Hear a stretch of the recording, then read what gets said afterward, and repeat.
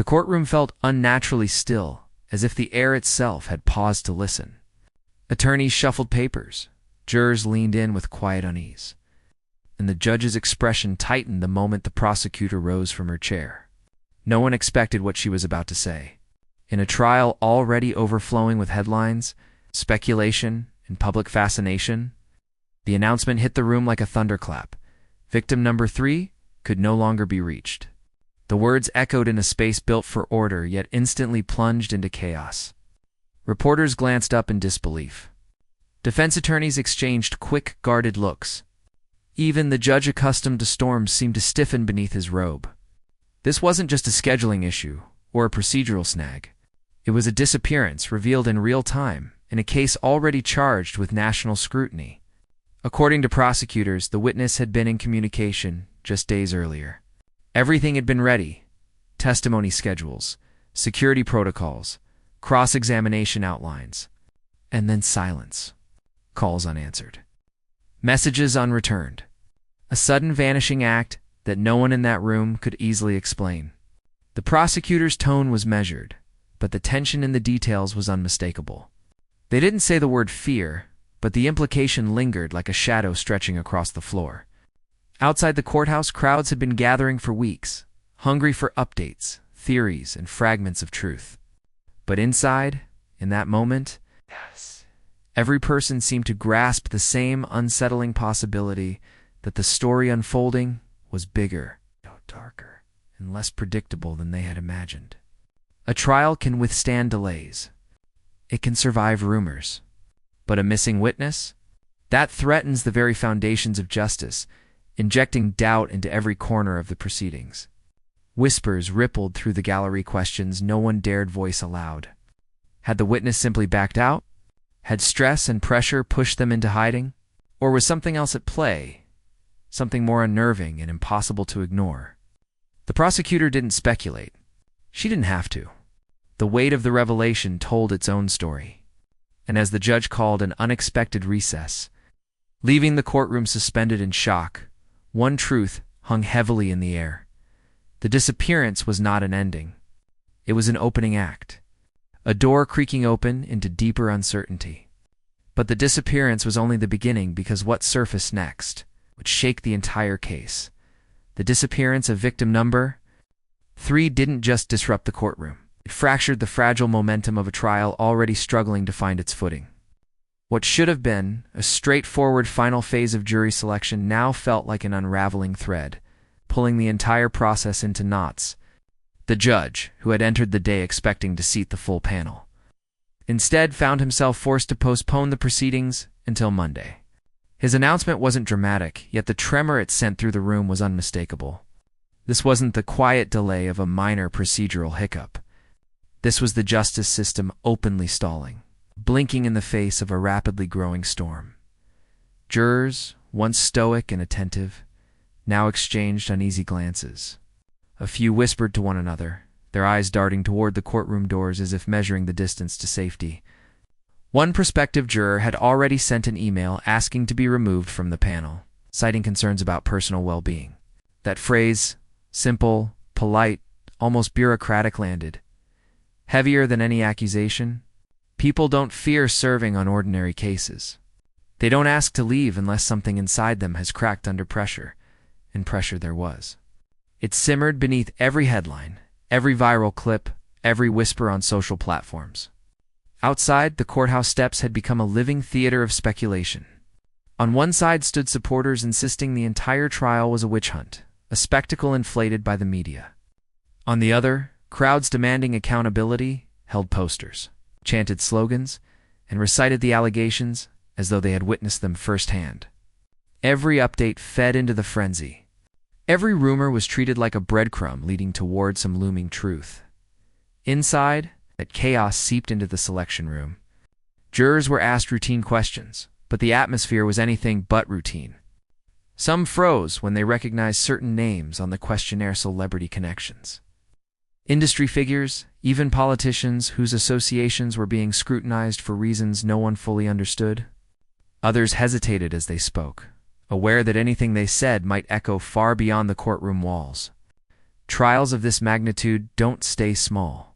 They ripple across cities, across social feeds, across continents. The judge attempted to restore order, reminding the prospective jurors that their duty was to weigh evidence, not noise. But even he couldn't fully mask his frustration. The trial had become a spectacle before it had even begun. And each new hiccup, each delay, made it harder to pretend otherwise. When a courtroom transforms into a stage, every actor becomes self-conscious. And now, with a missing witness, the cast was suddenly incomplete. Meanwhile, behind closed doors, attorneys shuffled strategies like cards in a losing hand. The prosecution, already juggling public scrutiny and the logistical nightmare of coordinating multiple alleged victims, now faced an unexpected void in their narrative. The defense, for their part, maintained composure, but couldn't hide the subtle widening of opportunity. Delays break rhythm. Missing witnesses break confidence. Every pause in proceedings creates space for doubt. Doubt is where skepticism grows roots. Rumors flooded the corridors like a rising tide. Some whispered that the witness's disappearance was voluntary, driven by fear or exhaustion. Others speculated that deeper forces were at play, forces the courtroom dared not name but could not ignore. Journalists sensed the shift immediately. Cameras rolled faster, microphones reached farther, and every statement from officials was dissected for hidden meaning. By the time the judge adjourned for the day, the courthouse felt less like a pillar of justice and more like a pressure cooker, seconds from bursting. Everyone walked out knowing far less than they had hoped, and feeling far more than they intended, and yet no one expected the next revelation. Prosecutors weren't just missing a witness. They feared they knew why, in every high-profile trial. There comes a moment when the public's image of a celebrity cracks, revealing a far more complicated figure beneath the spotlight. For Sean Diddy Combs, that moment didn't arrive with a single headline, but through a steady drumbeat of allegations. Statements from prosecutors, and long-whispered stories resurfacing at the worst possible time. None of them proven, all of them contested, yet collectively shaping an atmosphere so thick with suspicion that even the calmest observers felt the weight of it. According to prosecutors, the story surrounding Diddy was not merely one of fame, but of influence. An influence that allegedly stretched far beyond music and business. They suggested a pattern, repeated attempts to contact potential witnesses from jail. Sometimes indirectly, sometimes persistently. In one instance, they claimed phone logs reflected upward of 200 calls to a single individual. Prosecutors framed these as attempts to sway testimony. The defense dismissed them as misinterpretations or benign communication blown out of proportion. Yet inside the courtroom, the sheer scale of these allegations generated tension that neither side could fully control. Public perception didn't help. For decades, Diddy had cultivated the dual persona of an entrepreneurial trailblazer and a charismatic entertainer. But with the rise of social media, moments from his past old interviews, party stories, industry rumors were recirculated with new meaning. Clips once viewed as eccentric or humorous were now being reframed through the lens of accusation. Allegations from civil suits long buried in headlines re-emerged, each one treated as another puzzle piece in a narrative that was still forming, still shifting, still filled with contradictions, and contradictions were everywhere. On one hand stood Diddy the mogul, polished, successful, a symbol of artistic reinvention and cultural resilience. On the other hand were the allegations' claims of intimidation, coercion, manipulation. Nothing proven, yet impossible to ignore once placed under the harsh fluorescence of court scrutiny. According to prosecutors, became a refrain in every report, every analysis, every breathless update from the courthouse steps. It was a reminder that these were claims, not conclusions, but claims powerful enough to bend the conversation in startling directions. Witnesses. 2 added layers of complexity. Some came forward publicly, others through attorneys, each with accounts that prosecutors wove into their broader case. The defense countered that these stories were opportunistic, fueled by media attention or misinterpretations of past events. Yet the more the defense pushed, the more the public seemed to lean forward, listening for the detail that would tip the scales one way or the other. In cases of this magnitude, perception is its own courtroom unofficial, unregulated, and capable of shaping national opinion long before a verdict is reached. Then there was the question of influence. Prosecutors implied that Diddy's status itself cast a long shadow, suggesting that individuals connected to him might feel pressure, whether explicit or unspoken. They pointed to alleged attempts to reach out to critics or former associates through intermediaries, repeating the phrase, according to prosecutors, as if placing cushions around explosive claims. The defense forcefully denied any wrongdoing, arguing that Diddy had every right to clarify misunderstandings, protect his reputation, and respond to public attacks. Still, the narrative tension tightened. The idea of a cultural titan being scrutinized not just for alleged actions, but for the reach of his power was compelling. Cinematic, even. The courtroom became the battleground where two competing visions of the same man collided. The innovator versus the intimidator, the businessman versus the alleged manipulator. It was a duality the audience couldn't look away from. Former industry colleagues, interviewed by media outlets, contributed their own recollections, some praising Diddy's leadership, others hinting at volatility behind the scenes. These accounts weren't evidence, yet they formed the emotional texture of a broader story, a man whose rise to influence was as dramatic as the legal storm now threatening to engulf him. And in the absence of certainty, audiences filled the gaps with speculation, theories, and fears. The allegations, the rumors, the resurfaced controversies, none existed in isolation. Together, they created the cinematic antagonist frame. It's not by declaring guilt, but by illuminating the gravity of the accusations and the turbulence surrounding the trial. In dramatized storytelling, a villain isn't born through facts alone, but through tension, contradiction, and the unresolved questions that haunt a narrative. And here, every question led back to the same unsettling mystery. Why was this trial unraveling just as it began? Yet for all the speculation and the rising tide of doubt, there was another figure waiting in the wings, someone whose voice carried a different weight, a different truth, and a perspective forged from years of personal proximity. But every great storm has a counterforce, and in this case, it came from someone who knew Diddy better than anyone. Before the trial, before the headlines, before the missing witness sent shockwaves through the courtroom, there was a man who had already walked through the fire and chosen to speak. His name was Gene Deal, a former bodyguard who had lived inside the world, now being dissected under federal lights. But unlike the rumors, unlike the anonymous whispers or the online speculation, Gene had something others did not. Lived experience sharpened by loyalty, disillusionment, and the kind of clarity that only comes after watching too much for too long. He didn't speak with sensationalism. He didn't posture or dramatize. When he appeared in interviews, his voice was low, steady, unflinching, the tone of someone who carried the truth like an old scar. Whether people agreed with him or not, one thing was undeniable. Gene Deal believed every word he said, and he said it knowing full well the storm it might summon.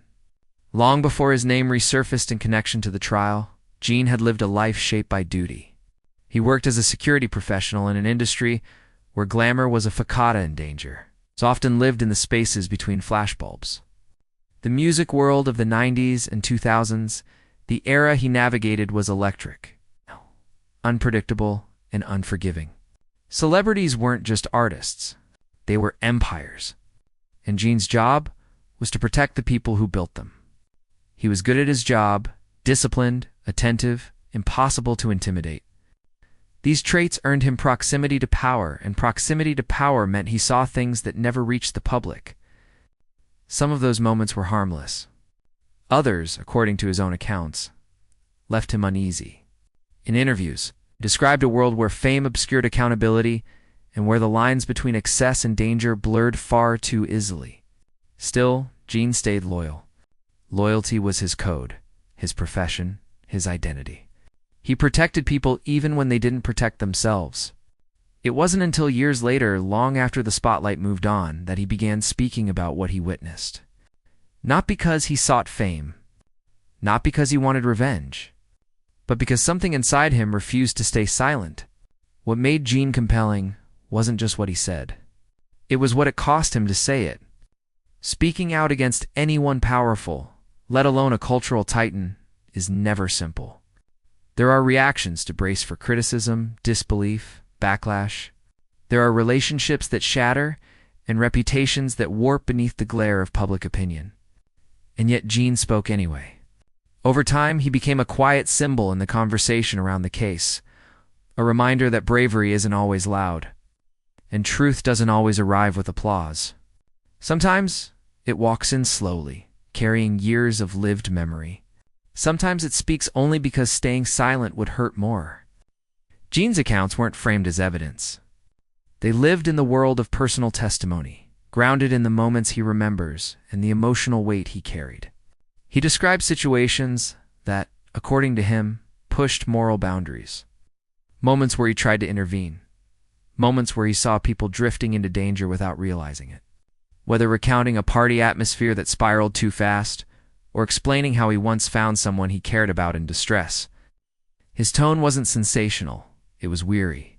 What made his voice resonate with so many was the humanity in it. He wasn't trying to convince the world of anything. He was simply telling the story the way he remembered it, the way he lived it, and the way it continued to live inside him. And in a case swirling with speculation, missing witnesses, and shifting narratives, there was something grounding about a man speaking from memory rather than rumor. But Gene's role in public perception wasn't just about recollection. It was about courage. When others hesitated, when some witnesses reportedly pulled back, when jurors expressed fear, Gene didn't retreat. He stood straighter. He spoke clearer. His willingness to confront the past made him unintentionally the emotional counterweight to the dramatic allegations circling the courtroom. And as the trial intensified, so did attention on Gene. His interviews were shared widely, dissected by commentators, and debated across social media platforms. Viewers saw him as a rare figure in a landscape dominated by lawyers and headlines, someone who seemed to carry no agenda beyond telling his truth.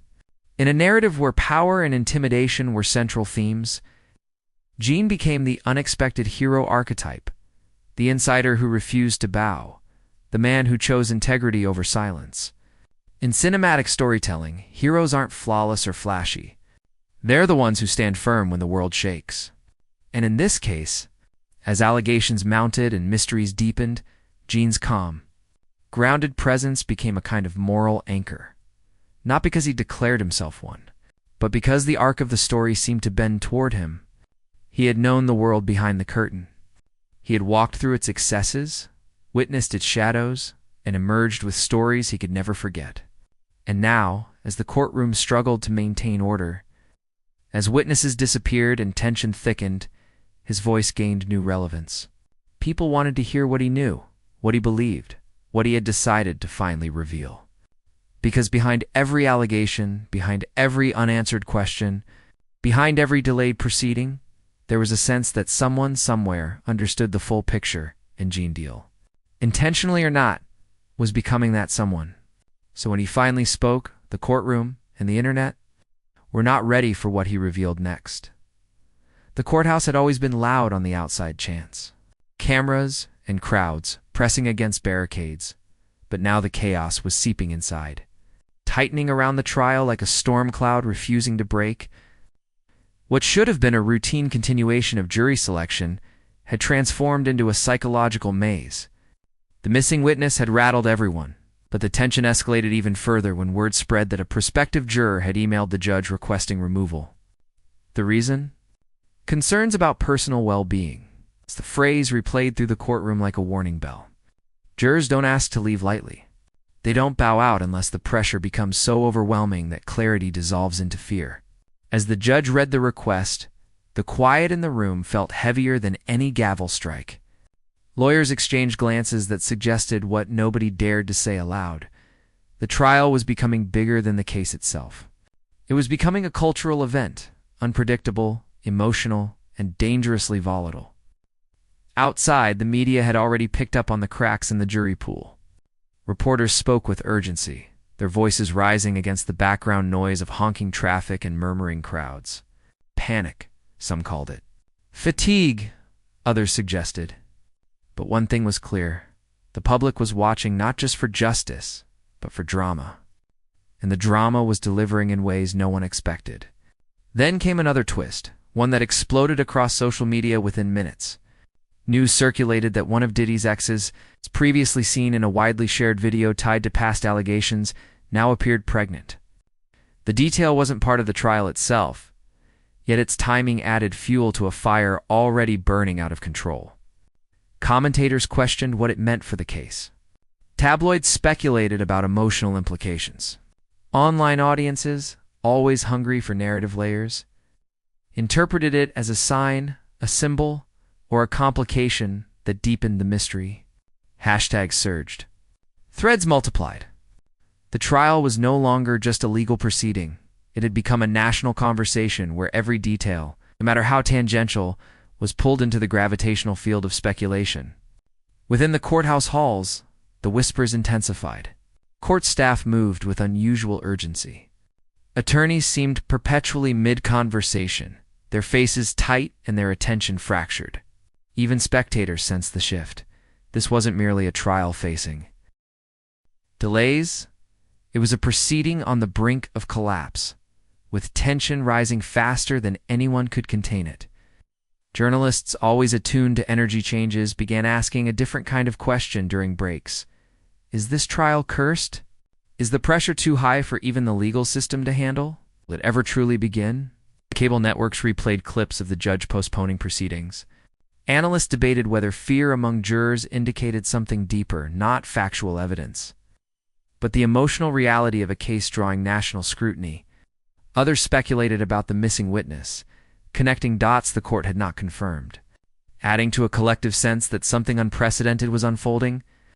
Across the country, living rooms became mini courthouses. Families debated theories over dinner, group chats buzzed with new rumors. Clips from Gene Deal's interviews resurfaced again. Distributed like puzzle pieces, audiences tried desperately to assemble into a coherent picture.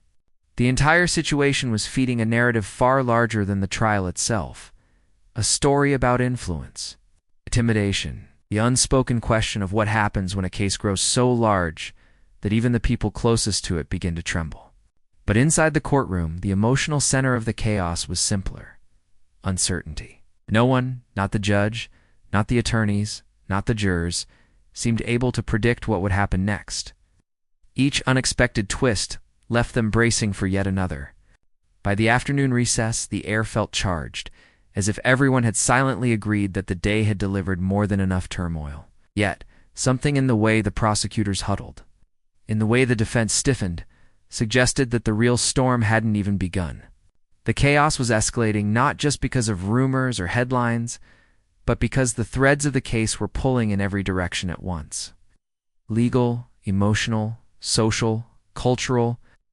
A trial that refused to begin was somehow beginning to swallow everyone involved. But then came the moment that turned confusion into crisis: the alleged phone call logs. The courthouse had already been vibrating with unease. But nothing, not the missing witness, not the anxious juror, not the media firestorm, prepared the room for what the prosecutors unveiled next. It didn't come with the dramatic flair of a movie scene. There was no raised voice, no slamming of evidence onto a wooden table. Instead, the assistant U.S. attorney stepped forward with a quiet, measured tone that somehow made the revelation even more jarring. According to phone records from the Metropolitan Detention Center, she began, Mr. Combs attempted to call one witness, approximately 200 times. The number seemed to float in the air, suspended above the courtroom. 200. Something about it didn't just sound excessive, it sounded methodical, intentional, and although the prosecutors emphasized these were allegations, the implication alone sent a ripple of shock through the gallery. Observers leaned in. Reporters straightened their spines. Jurors, those who remained, shifted uncomfortably, as if they were no longer just evaluating evidence, but stepping into the threshold of a larger mystery. The prosecutor continued, maintaining her neutral legal tone. According to her, the calls did not always go through. Some rang unanswered. Others were placed at odd hours. Some lasted only seconds. But taken together, the pattern suggested a persistence that raised questions. Questions that prosecutors were now bringing forward as part of their broader narrative of intimidation attempts. Then, she revealed the second part of the claim. In multiple instances, she said, Mr. Combs allegedly contacted relatives and asked them to add certain individuals, witnesses, or potential witnesses onto the call so that his communication would not appear directly connected to those individuals. This time, the room didn't gasp. It exhaled long, low, and strained. Because if the first claim suggested persistence, this one hinted at strategy. Prosecutors framed it as a possible circumvention, a method of reaching people without it appearing so in the official logs. Again, they underscored, these were claims, not conclusions. Allegations, not proof. Still, the emotional effect was undeniable. The defense immediately objected, arguing that the prosecution was stringing together assumptions, crafting narratives out of incomplete data. They insisted the calls were misinterpreted, that a man in jail reaching out to friends and family was not inherently wrongdoing. They urged the court to focus on evidence, not insinuation. But the more they spoke, the clearer it became that the damage wasn't about evidence alone. It was about perception. 200 calls sounded like something out of a thriller, not because anyone knew the intent behind them, because the human mind fills blanks faster than any prosecutor ever could.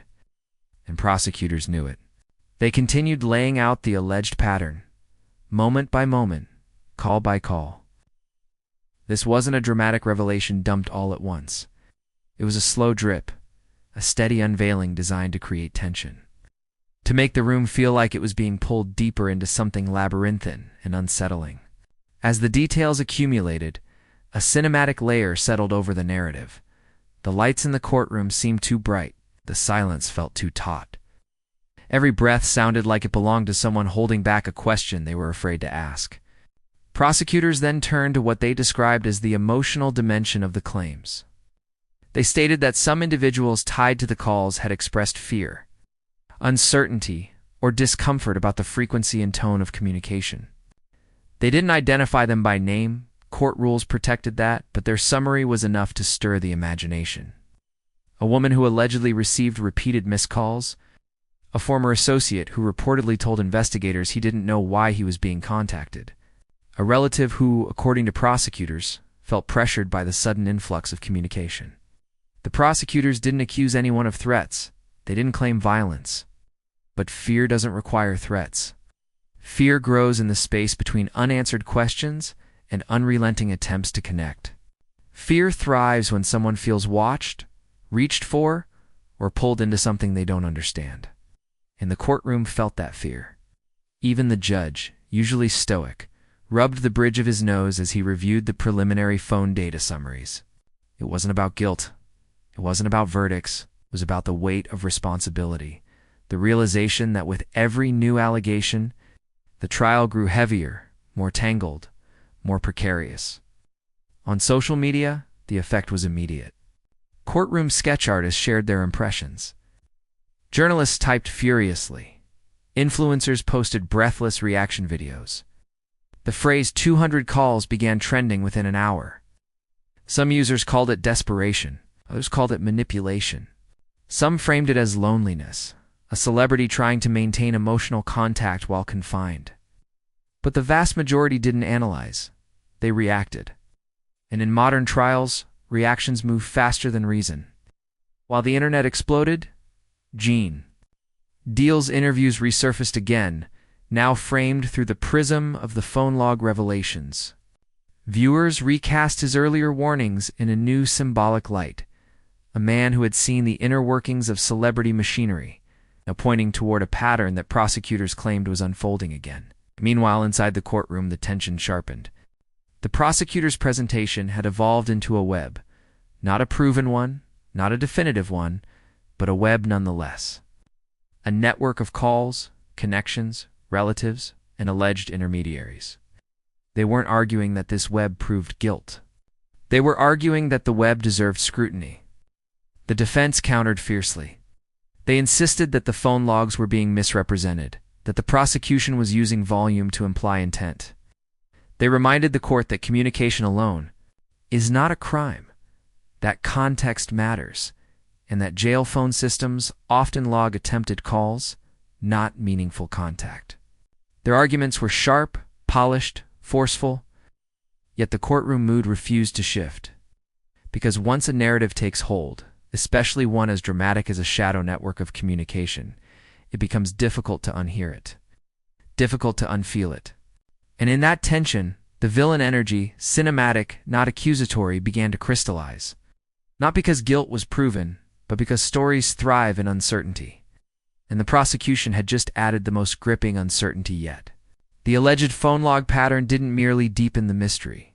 It widened the scope of the entire case. It turned a missing witness into a missing piece of a larger puzzle.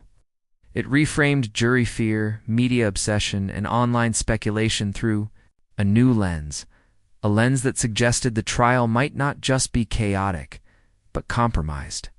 Yet even with the bombshell hanging over the courtroom, even as observers exchanged stunned whispers and social media spiraled into analysis, the prosecution wasn't done. They had one more revelation, one that wasn't about calls or logs or alleged intermediaries. It was about emotion. It was about memory. And it came from a man who had already become an unexpected hero in the unfolding drama. But even with the phone logs exposed, nothing compared to the emotional shockwave that followed next. That's the phone. Log allegations detonated across the country with the force of a cultural earthquake. Within minutes of the prosecution's revelation, the court transcript snippets were clipped, screenshot, and blasted across every corner of social media. What had begun as a tense courtroom moment instantly became the internet's newest obsession. A collective fascination fueled by disbelief, outrage, and an insatiable hunger for answers. Hashtags ignited like fireworks. #200 calls, #witnessgate, #Diddy trial chaos. #justice or influence memes surfaced faster than reporters could keep up. One viral image showed a cartoon phone melting from overuse.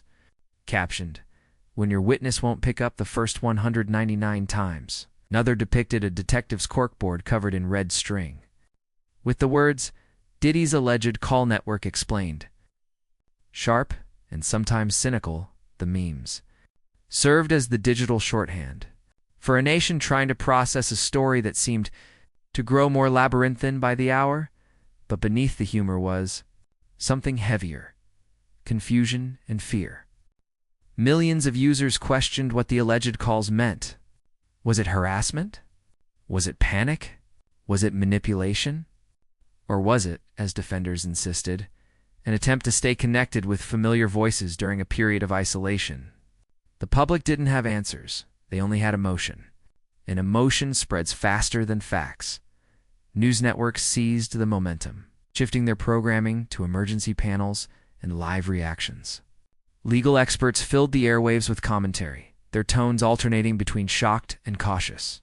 One former prosecutor said, "200 calls, if accurate, is unprecedented.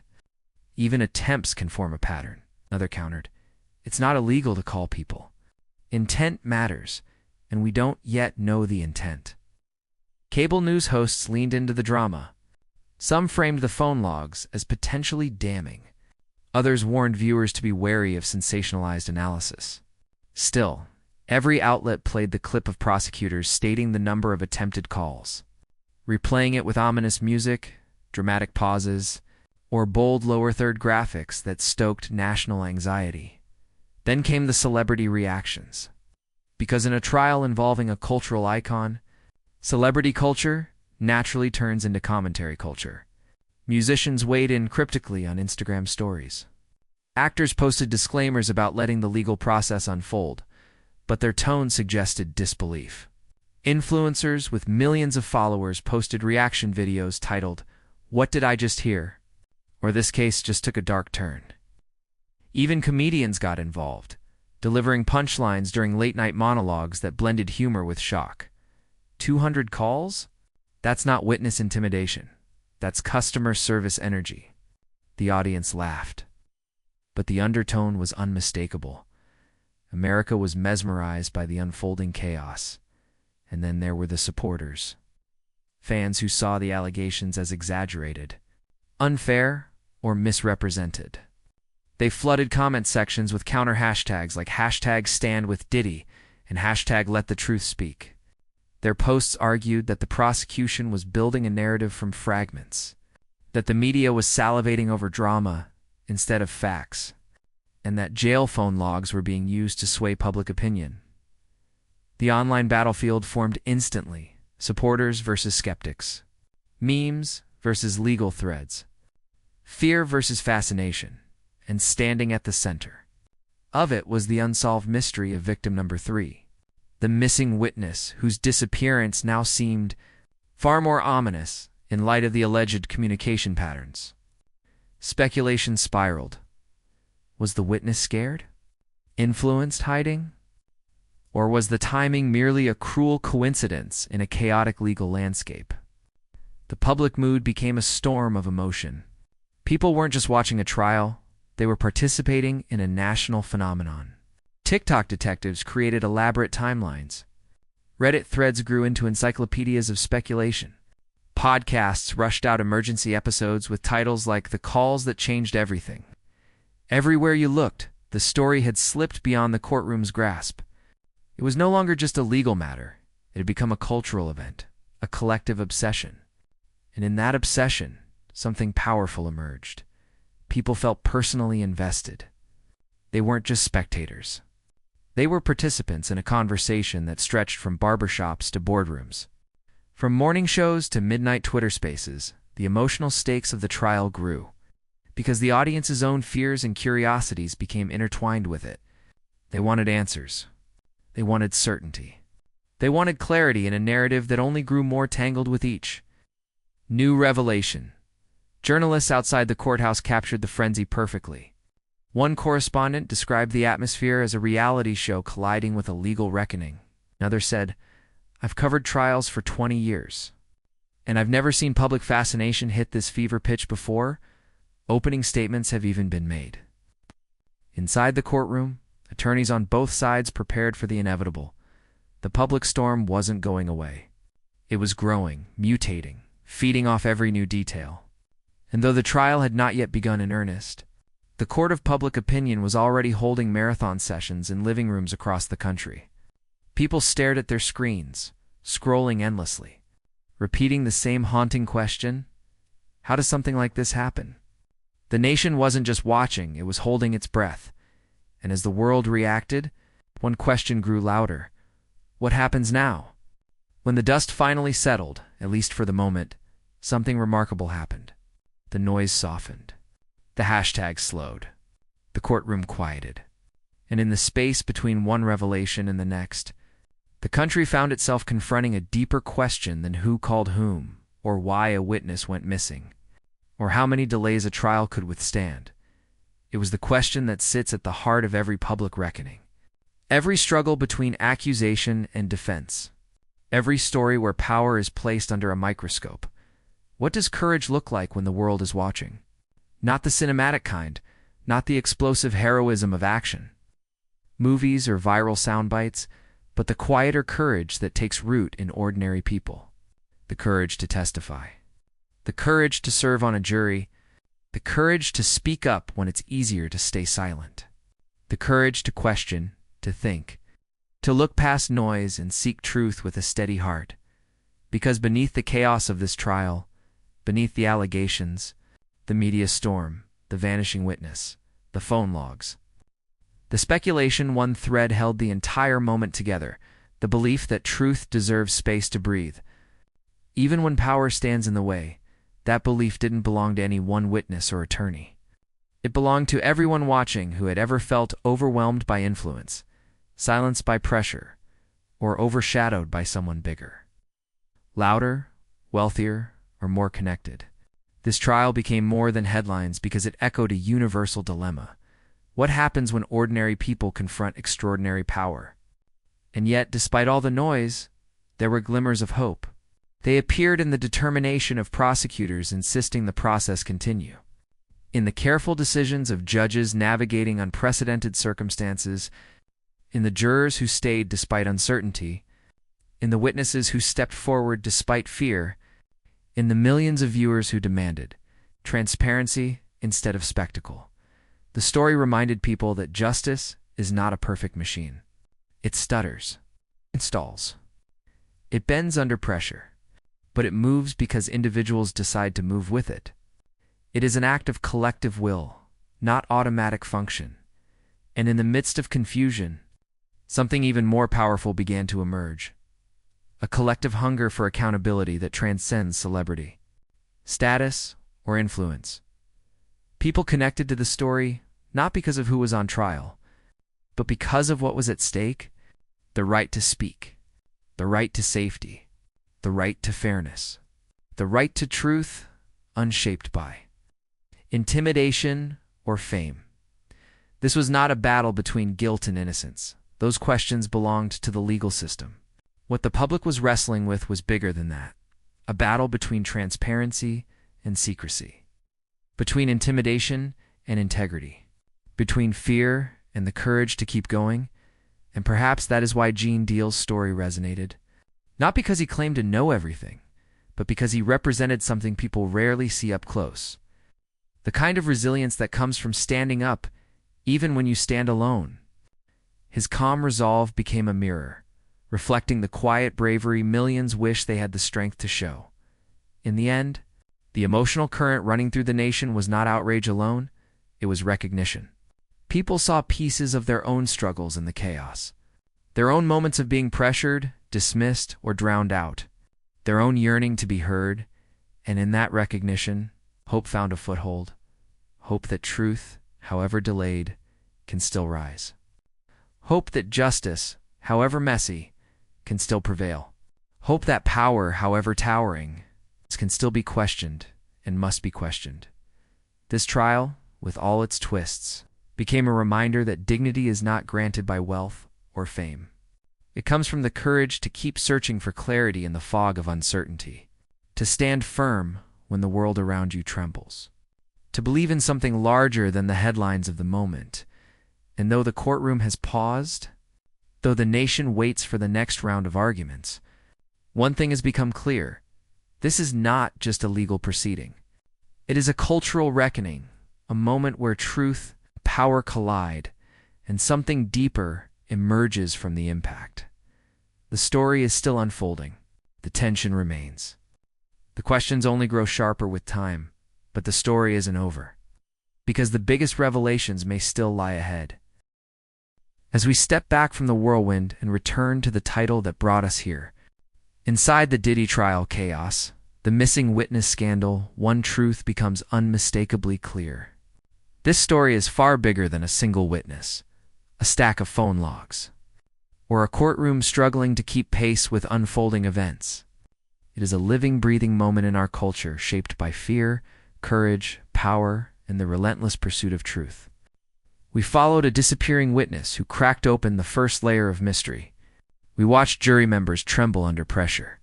We saw the country react in real time as allegations of a shadow, a network of calls sent shockwaves across every corner of the internet. And we witnessed the rise of unexpected heroes, ordinary people stepping up in extraordinary circumstances, reminding us that justice requires more than a system. It requires us. The emotional arc isn't just about what happened. It's about what it reveals about the fragility of truth, the strength of courage, and the responsibility we all share in demanding transparency when the world grows loud with confusion. So as the case continues to evolve, remember this: the story isn't finished. New evidence may surface. New voices may speak. New questions may arise from the shadows. And staying awake, staying aware, is the only way to follow the path wherever it leads. If you believe in truth over power, if you believe people deserve to be heard, if you believe stories like this matter, then join this community of truth seekers. Subscribe, share this video, and keep the conversation alive. Because the case is still unfolding, and together we'll be here to follow every turn.